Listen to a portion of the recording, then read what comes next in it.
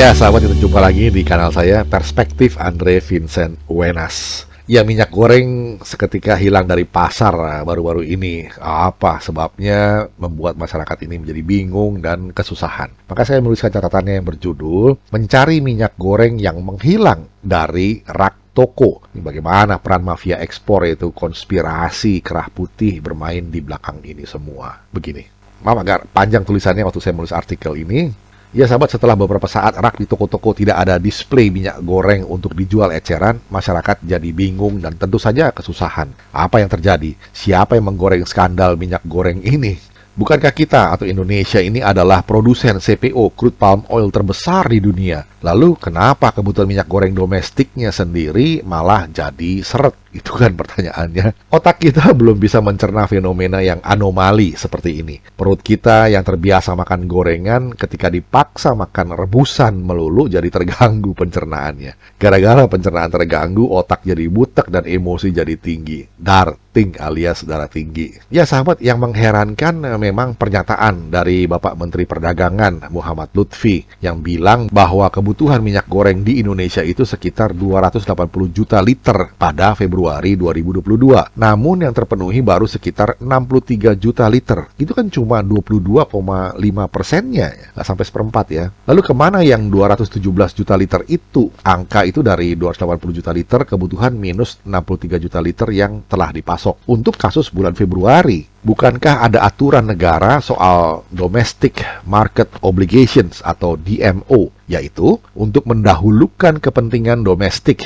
Baru kalau tercukupi maka sisanya bisa diekspor. Nah, dalam Permendak nomor 2 tahun 2022 lampiran ke-17 tentang persyaratan ekspor komoditi crude palm oil, refined bleach and deodorized atau RBD, palm olein, dan used cooking oil ada tertulis bahwa ekspor bisa dilakukan dengan melengkapi persyaratan. Surat pernyataan mandiri bahwa eksportir telah menyalurkan crude palm oil, RBD palm olein, dan used cooking oil untuk kebutuhan dalam negeri dilampirkan dengan kontrak penjualan.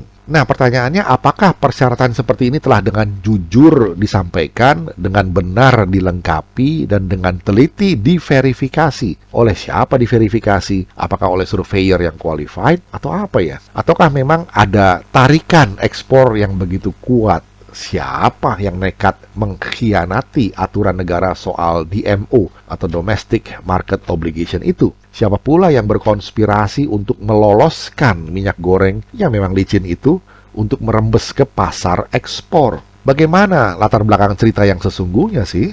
Sahabat, jumlah 217 juta liter per bulan yang dikorbankan demi meraup keuntungan di pasar ekspor itu ternyatalah telah membuat rakyat Indonesia sendiri jadi sengsara. Ya, dengan kata lain, dikorbankan. Ini soal yang sangat serius dan bukan permainan kelas recehan. Nah, dalam bisnis ini recehan itu artinya cuma miliaran rupiah. Tapi untuk kasus ini dugaan permainannya sudah triliunan perak, bahkan puluhan T atau lebih. Ini kita baru ngomong soal skandal mafia kerah putih di kasus ekspor komoditi minyak goreng. Belum lagi kita bicara soal batu bara, itu ekspor, nikel, ekspor, baja soal impor, gula soal impor, kedelai soal impor, jagung impor, beras perkara impor, garam kasus impor, daging kasus impor, buah-buahan juga kasus impor, dan masih banyak lagi yang lainnya. Namun sekarang kita hanya mau sedikit menyoroti soal yang langsung dirasakan masyarakat, yaitu kenapa minyak goreng hilang dari rak toko. Hanya saja, sekali lagi jangan lupa bahwa di balik soal recehan hilangnya minyak goreng dari rak toko itu ada skandal yang jauh lebih besar dan menyeramkan, yaitu soal dugaan konspirasi kerah putih, konspirasi penguasa dengan pengusaha, oligarki dengan konglomerat hitam. Oke lah, hal itu akan dibahas oleh kolega saya nanti pada saatnya. Sekarang kita tengok dulu rak-rak toko tempat kita biasa beli minyak goreng. Sahabat, kegeraman publik lantaran raibnya minyak goreng eceran di pasar telah mengundang KPPU, Komisi Pengawas Persaingan Usaha, turun tangan. Kabarnya KPPU ini telah mengendus adanya aroma kartel pada tata niaga minyak goreng. Maka upaya penyelidikan pun dilakukan untuk membongkar praktek kartel yang merugikan masyarakat luas ini.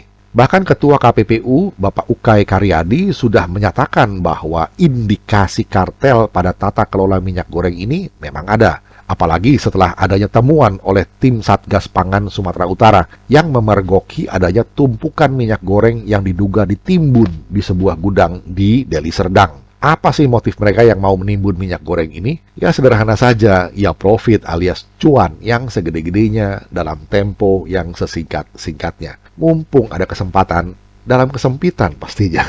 Kesempatan apa? Begini. Ada aturan pemerintah, Kementerian Perdagangan dalam hal ini yang namanya Harga Eceran Tertinggi (HET) untuk minyak goreng curah sesuai Permendak nomor 6 tahun 2022 yang dikeluarkan Menteri Muhammad Lutfi pada akhir Januari 2022 dan berlaku di awal Februari 2022 adalah Rp11.500. Sedangkan harga eceran tertinggi untuk minyak goreng kemasan sederhana adalah Rp13.500 dan HET untuk minyak goreng kemasan premium adalah Rp14.000. Harga eceran itu semua sudah termasuk pajak pertambahan nilai atau PPN. Namun sahabat, apalah artinya HET yang ditentukan pemerintah kalau kenyataannya di pasaran harga jual eceran minyak goreng bisa tembus mencapai di atas 20.000 perak. Loh, kok bisa begitu? Apakah ada sanksi bagi pengecer minyak goreng yang melanggar? Iya, ada sanksi administratif. Seperti apa itu sanksi administratifnya? Nah, menurut pasal 6 di Permendak itu sanksinya berupa A. Peringatan tertulis, B. Penghentian kegiatan sementara, dan atau C. Pencabutan perizinan berusaha. Dan sanksi administratif itu diberikan paling banyak 2 kali dengan tenggang waktu paling lama 14 hari. Jadi intinya panjanglah proses administratif ini dan itunya sampai nanti sanksi terakhir soal pencabutan izin usaha. Maka nampaknya atau kenyataannya ya, banyak oknum penimbun yang tidak takut untuk sementara waktu aji mumpung nih melakukan penimbunan lantaran faktanya telah terjadi kelangkaan pasokan yang memicu kenaikan harga. Jadi, sementara melihat perkembangan, kita coba saja simulasikan secara gampangan lah bagaimana sih keuntungan para pengecer penimbun atau bohirnya kalau para pengecer itu bertindak hanya sebagai proksi dari para bohir itu. Begini, simulasi ini dibuatkan oleh Bro Yosef Herman Wenas. Begini ceritanya. Kita mulai dari asumsi-asumsinya ya. 1 kilogram itu sama dengan 0,753 liter. Dan 1 liter minyak goreng di pasaran bisa mencapai 22.000. Sedangkan harga eceran tertinggi pemerintah adalah 11.500 untuk yang curah. Sedangkan selisih atau margin antara HET dengan harga dari distributor kita asumsikan sekitar 5% lah. Maka harga untuk pengecer dari distributor adalah 10.952 per liter. Nah, kita ambil contoh, Pak Anu lah misalnya, seorang pengecer minyak goreng yang punya siklus bisnis atau turnover sekitar 1-2 bulan. Dia memutuskan untuk menimbun 1 juta kilogram minyak goreng. Itu sama dengan 753.000 liter untuk 1 siklus bisnis. Maka potensi keuntungan atau malah sudah kejadian dari praktek penimbunan oleh Pak Anu itu adalah per liternya 22.000 dikurangi 10.952 rupiah diperoleh margin keuntungan 11.048 setiap liternya. Sehingga keuntungan total dari penjualan hasil penimbunan yang 1 juta kilogram atau sama dengan 753.000 liter adalah 11.048 dikalikan 753.000 liter diperoleh angka 8.319.144.000 rupiah. Itu hanya untuk 1 kali siklus bisnis saja dan untuk penimbunan 1 juta kilogram minyak goreng doang.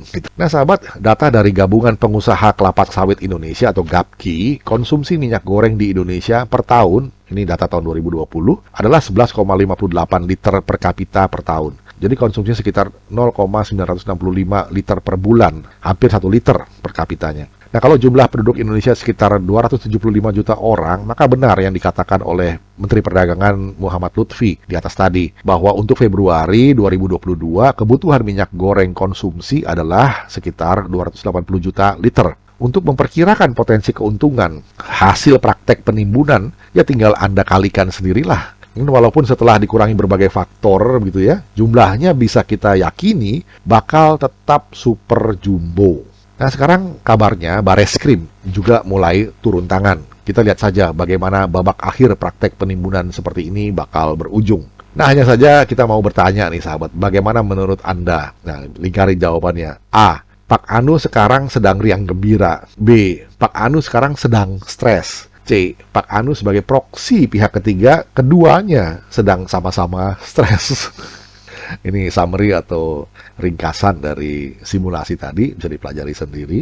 Nah, dari kuis 3 pertanyaan tadi, jawaban yang benar nanti boleh ambil sepedanya lah.